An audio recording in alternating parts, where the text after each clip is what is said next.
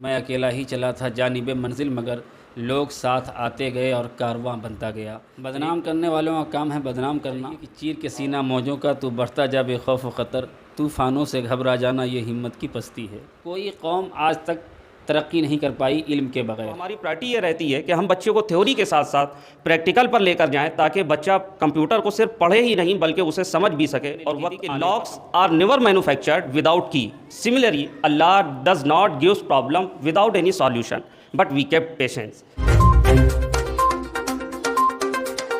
یہی طفلان مکتب جن سے وابستہ ہے مستقبل، انہی ذروں کو چمکا کر شب مہتاب کرنا ہے۔ میں ایس ایم رضا اس وقت میں موجود ہوں کانپور کے اناؤ ضلع کے حسین چمپا پوروا علاقہ، حسین نگر کربلا کا علاقہ کہلاتا ہے یہ، اور جہاں تقریباً 20-22 سالوں سے ایک ادارہ قائم ہے اور اپنی خدمت انجام دے رہا ہے۔ مدرسہ دارالعلوم ضیاء الاسلام اسکول کے نام سے اپنی خدمت انجام دے رہا ہے، اور اس مدرسے کے ذریعہ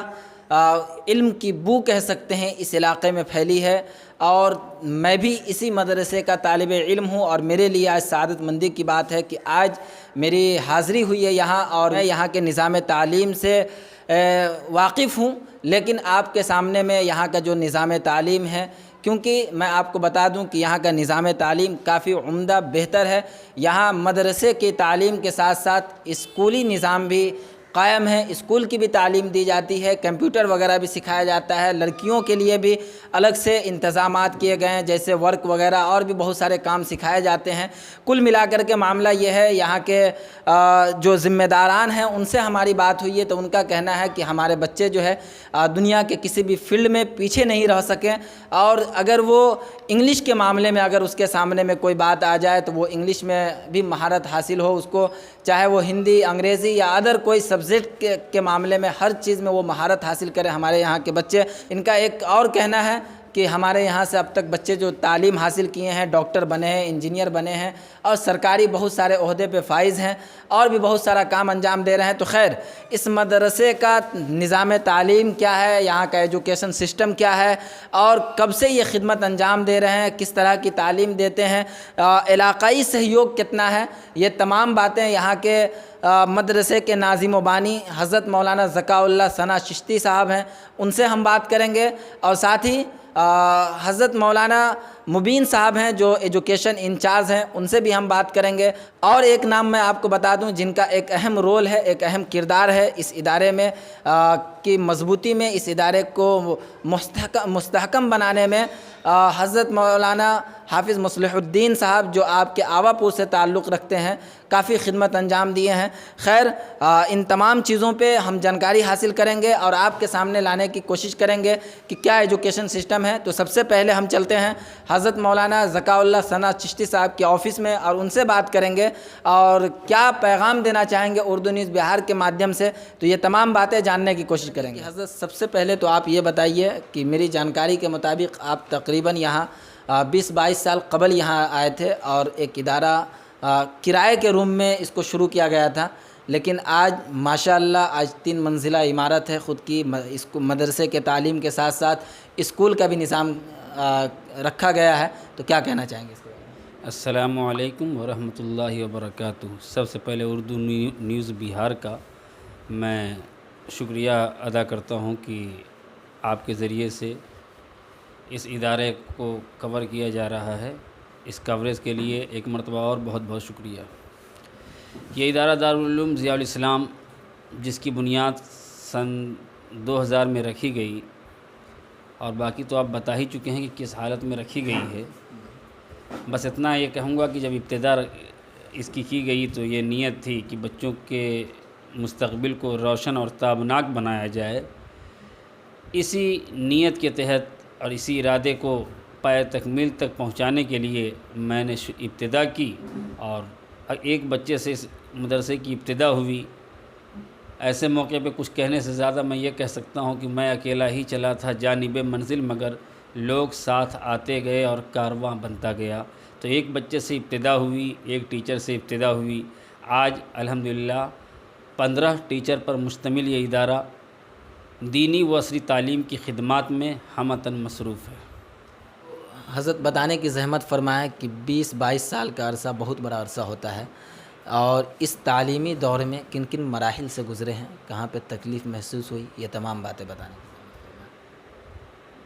یہ دنیا ہی تکلیف کی جگہ ہے، اور اس تکلیف کو پر صبر اور شکر کے ساتھ اس انداز سے نکلنی چاہیے کہ چیر کے سینہ موجوں کا تو بڑھتا جا بے خوف و خطر، طوفانوں سے گھبرا جانا یہ ہمت کی پستی ہے۔ مشکلیں دقتیں ہمیشہ آتی رہتی ہیں اور آتی بھی رہیں گی، لیکن ارادہ جب مستحکم ہو تو ہر منزل آسان ہو جایا کرتی ہے۔ تو الحمدللہ جو بھی مشکلیں آئی، ہر مشکل کے بعد آسانیوں کا بھی سامنا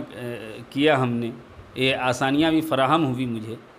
اس طرح سے چل رہا ہے ماشاءاللہ، بہتر طریقے سے چل رہا ہے۔ اکثر یہ ہوتا ہے کہ مدرسے کے جو بھی ناظم حضرات ہیں، نظمہ حضرات ہیں، ان کو بدنامیوں کا سامنا کرنا پڑتا ہے، علاقائی لوگوں کے ذریعے جو ہے ان کو بدنام کیا جاتا ہے کہ صدقہ اور زکوٰۃ کا پیسہ کھا کر کے عمارت تیار کر لیے، گھر بنا لیے، ترقی کر لیے، کیا کہنا چاہیں گے؟ بدنام کرنے والوں کا کام ہے بدنام کرنا، اور ہر اچھے شخص جو کام کرنے والے ہوتے ہیں جب تک وہ بدنام نہیں کریں گے تو ہم کام کیسے کریں گے؟ علاقائی لوگوں کا کیا سہیوگ رہا؟ علاقائی لوگ ہمیشہ محبت رکھتے ہیں اس مدرسے سے، کیونکہ یہ مدرسہ ایک بہترین خادم کی حیثیت سے ان کے بیچ میں کام کر رہا ہے، ابتدا سے لے کر انتہا تک۔ جیسا آپ کو معلوم ہی ہے کہ یہاں دینی تعلیم تمام شعبے ہیں، شعبہ حفظ بھی ہے، شعبہ بالغان بھی ہے، شعبہ اصلاح معاشرہ بھی ہے، شعبہ نشر و ارشاد بھی ہے، شعبہ پرائمری، شعبہ جونیئر اور انٹر، تمام تر شعبہ کمپیوٹر، تمام تر شعبہ جات ہیں۔ ہر شعبہ میں ہمارے یہاں سوسائٹی جو چل رہی شاہی ایجوکیشنل سوسائٹی، پوری تنظیم کے لوگ، اور یہاں جتنے بھی ہمارے یہاں مدرسین ہیں، احباب ہیں، بالخصوص اس موقع پر میں اپنے اس ادارہ کے پرنسپل، اپنے دوست جو شروع سے ہم لوگ ساتھ میں رہے، حافظ و قاری مصلح الدین چشتی صاحب، جن کا تعلق آواپور ضلع سیتامڑھی بہار سے ہے، تو وہ ہمیشہ رہے اور اس مدرسے کے پرنسپل بھی ہیں، تو تعلیمی نظام کو بہتر طریقے سے چلاتے ہیں، اور جس کا ثمرہ 20 سال کے بعد آج دیکھنے کو مل رہا ہے کہ ہمارے یہاں سے پڑھے ہوئے بچے ڈاکٹر بھی بنتے ہوئے نظر آ رہے ہیں، انجینئر بھی بنتے ہوئے نظر آ رہے ہیں، اور تمام تر دنیا کے جو شعبہ جات ہیں اس میں اپنی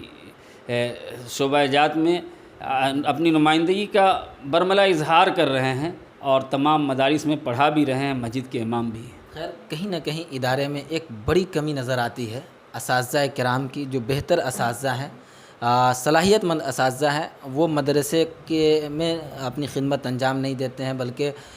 اس کو چھوڑ کر کے ادر بزنس، ادر کاموں میں لگ جاتے ہیں، اور جس کی سب سے بڑی وجہ یہ ہے کہ اس کی تنخواہ، معقول تنخواہ نہیں مل پاتی ہے۔ کیا کہنا چاہیں گے؟ یہ المیہ بھی ہے، لیکن الحمدللہ ہمارے ہاں ایسا نہیں ہے۔ ہم حتی الامکان جو اپنے یہاں کے مدرسین ہیں ان کی تنخواہ بھی بہتر ہے تنخواہ، اور اس کا میں قائل بھی نہیں ہوں، کیونکہ وہ یہاں کا خدمت انجام دے رہے ہیں، حالانکہ ان کی جتنی بھی خدمت کی جائے کم ہے۔ کیا تنخواہ ہے؟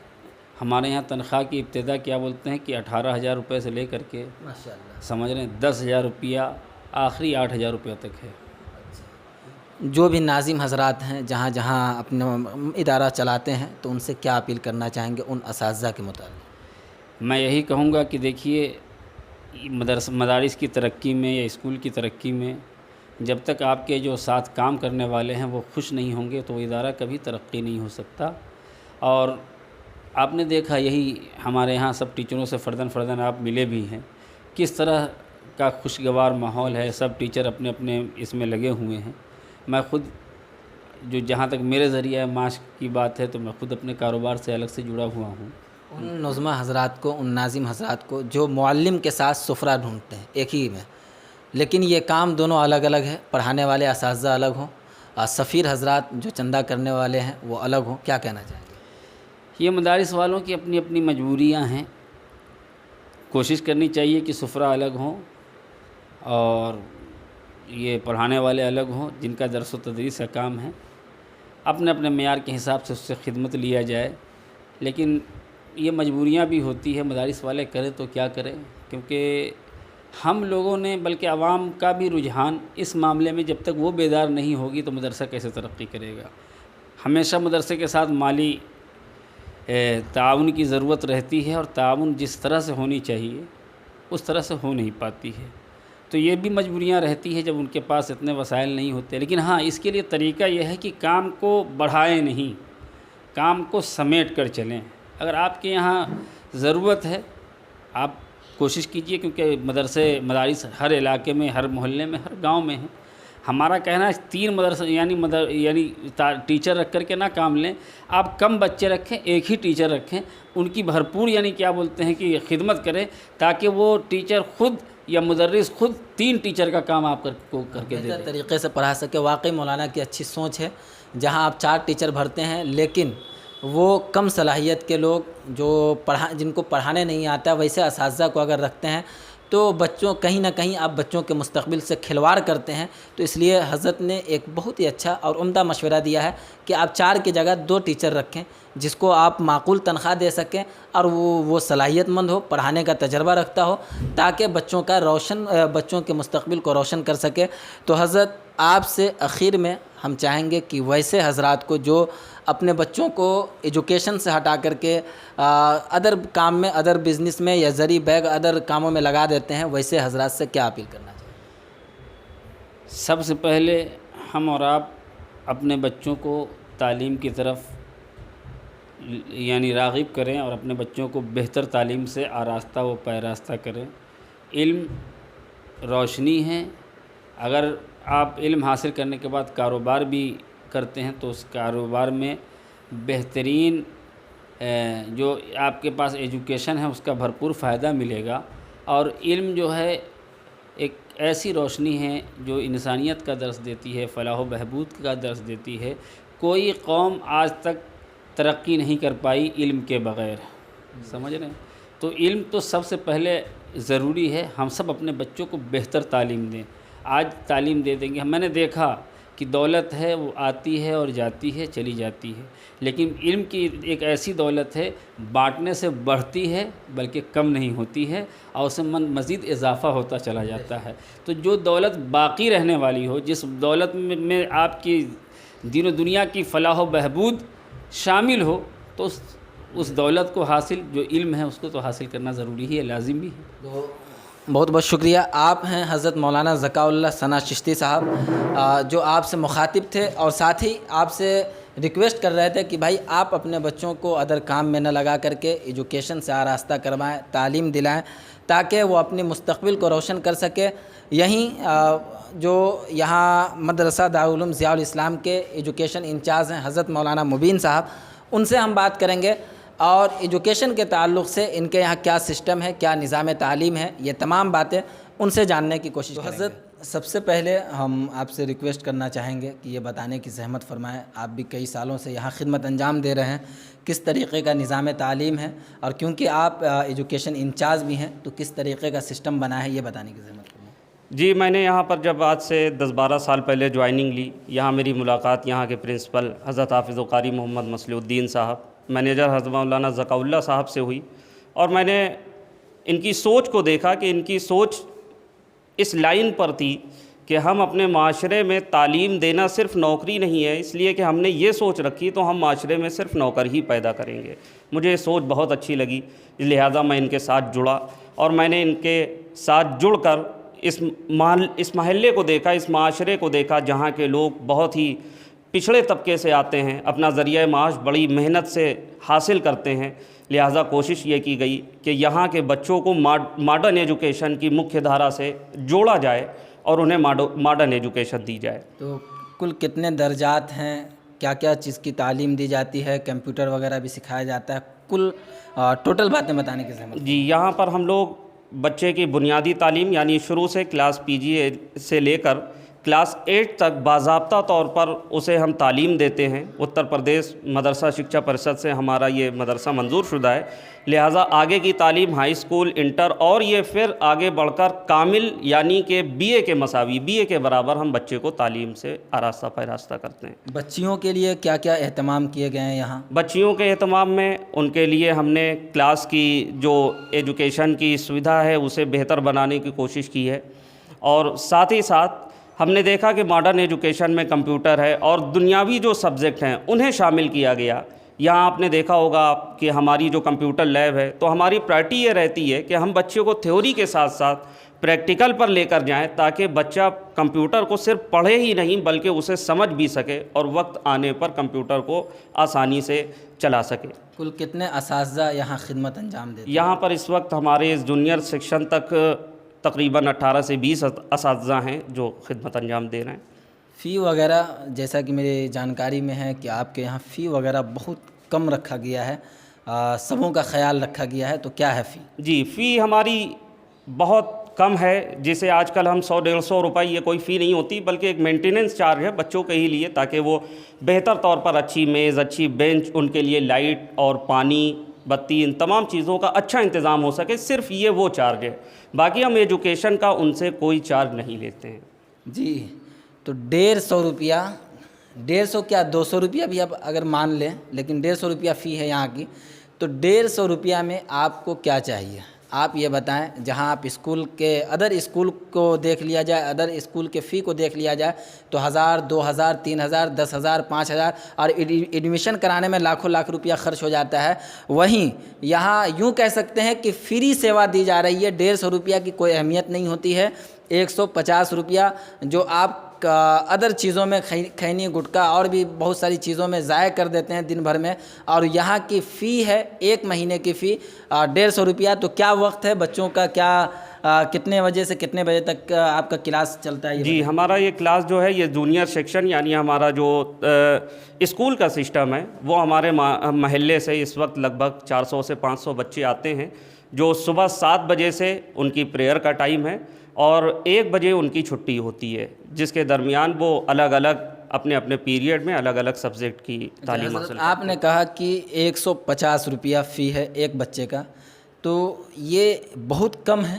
بہت ہی کم کہہ سکتے ہیں. لیکن اسکول کے بہت سارے اخراجات ہیں، بہت سارے انتظامات دیکھنے ہیں، اساتذہ کرام کی تنخواہ دینی ہے، تو کس طرح پورا کرتے ہیں یہ سب؟ جی، اسے پورا کرنے کے لیے میں شکر گزار ہوں ہماری مینجمنٹ کی کمیٹی کا، ہمارے پرنسپل صاحب، مینیجر صاحب، جن کی محنتیں ہیں. میں نے بارہا یہ بات ان کے درمیان بھی رکھی، لیکن انہوں نے ہمیشہ یہی کہا کہ ہمارا مقصد صرف اور صرف لوگوں کو تعلیم سے جوڑنا ہے، کسی بھی طرح کا بوجھ ان کے اوپر نہیں ڈالنا ہے. لہٰذا بہت مختصر سی فیس لیتے ہیں اور جو بھی اخراجات ہیں اس میں ہماری مینجمنٹ کمیٹی آگے بڑھ چڑھ کر حصہ لیتی ہے.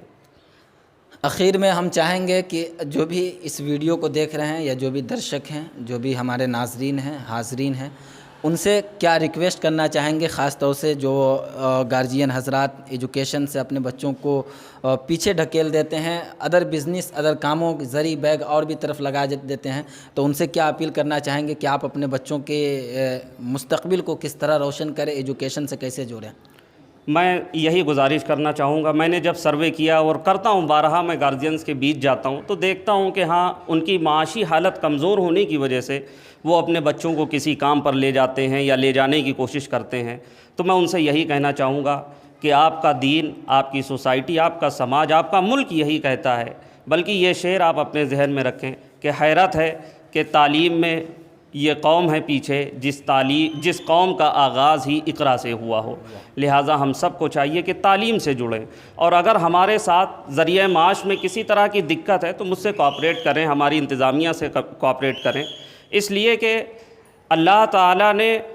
وہ بہت ہی پیاری لائن کسی لکھنے والے نے لکھی تھی کہ locks are never manufactured without key. Similarly Allah does not gives problem without any solution but we kept patience. کوئی بھی تالا بغیر چابی کے نہیں بنایا جاتا. اسی طرح اللہ تعالیٰ نے اگر ہمیں مصیبتیں دی ہیں تو یقیناً اس کا حل دیا ہے. ضرورت اس بات کی ہے کہ ہم صبر کے ساتھ اس حل کو تلاش کرنے کی کوشش کریں، اور یہ راستے، یہ صبر ہمیں اسی وقت ملتا ہے جب ہم تعلیم کے زیور سے آراستہ و پیراستہ ہوتے. چلیے، بہت بہت شکریہ. تو آپ ہیں حضرت مولانا مبین صاحب، جو مدرسہ دارالعلوم ضیاء الاسلام، یوں کہہ سکتے ہیں آپ کا ادارہ میرا ادارہ، یہاں کے ایجوکیشن انچارج ہیں. یہ بہت بہت مبارکباد میں پیش کرتا ہوں یہاں کے انتظامیہ کی، اور خاص طور سے حضرت مولانا ذکاء اللہ ثنا چشتی جو یہاں کے ناظم و بانی ہیں، وہیں پرنسپل حضرت مولانا مصلح الدین صاحب جو آپ کے بہار سے ہی تعلق رکھتے ہیں، اور ان لوگوں کی بڑی قربانی ہے۔ تقریباً 20-22 سال قبل یہاں تشریف لائے تھے اور اپنی محنت اور کوشش اور کاوش سے یہ آپ 3 منزلہ عمارت آپ دیکھ سکتے ہیں۔ شروع میں کرائے پر روم لے کر کے یہ ادارہ قائم ہوا تھا، لیکن اللہ نے برکت عطا فرمائی، شہرت عطا فرمائی، عزت عطا فرمائی، تو آج یہ 3 منزلہ میں تبدیل ہو گیا، اور ساتھ ہی مدرسے کے ساتھ ساتھ اسکول کی بھی تعلیم دی جاتی ہے۔ ہر طرح سے بچوں کو آراستہ کیا جاتا ہے، ہر ایجوکیشن سے آراستہ کیا جاتا ہے یہاں، اور بچوں کے مستقبل کو روشن بنانے کی فکر کیے رہتے ہیں یہ لوگ، اور فکر میں رہتے ہیں کہ ہمارے بچے کسی بھی فیلڈ میں اپنے آپ کو کمتر محسوس نہیں کرے۔ تو ان کی فکر کو، ان کی سوچ کو، ان کی محنت کو اردو نیوز بہار کی پوری ٹیم کی جانب سے سلام پیش کرتا ہوں، مبارکباد پیش کرتا ہوں، اور آپ تمام حضرات سے میں ریکویسٹ کرنا چاہوں گا کہ آپ جو بھی علاقائی ہیں خاص طور سے اس ادارے سے جڑیں، اس ادارے کے ایجوکیشن سے جڑیں، ایجوکیشن سسٹم کو دیکھیں اور یہاں سے جڑ کر کے آپ فائدہ حاصل کریں، تاکہ آپ کے بچے بہتر بن سکے، آپ کے بچوں کا مستقبل روشن ہو سکے، اور آپ کے بچے دنیا میں نام روشن کر سکے اور اپنی آخرت بھی سنوار سکے۔ آپ دیکھتے رہیں اردو نیوز بہار۔ میں SM رضا، اردو نیوز بہار، ہر وقت آپ کی خدمت میں حاضر۔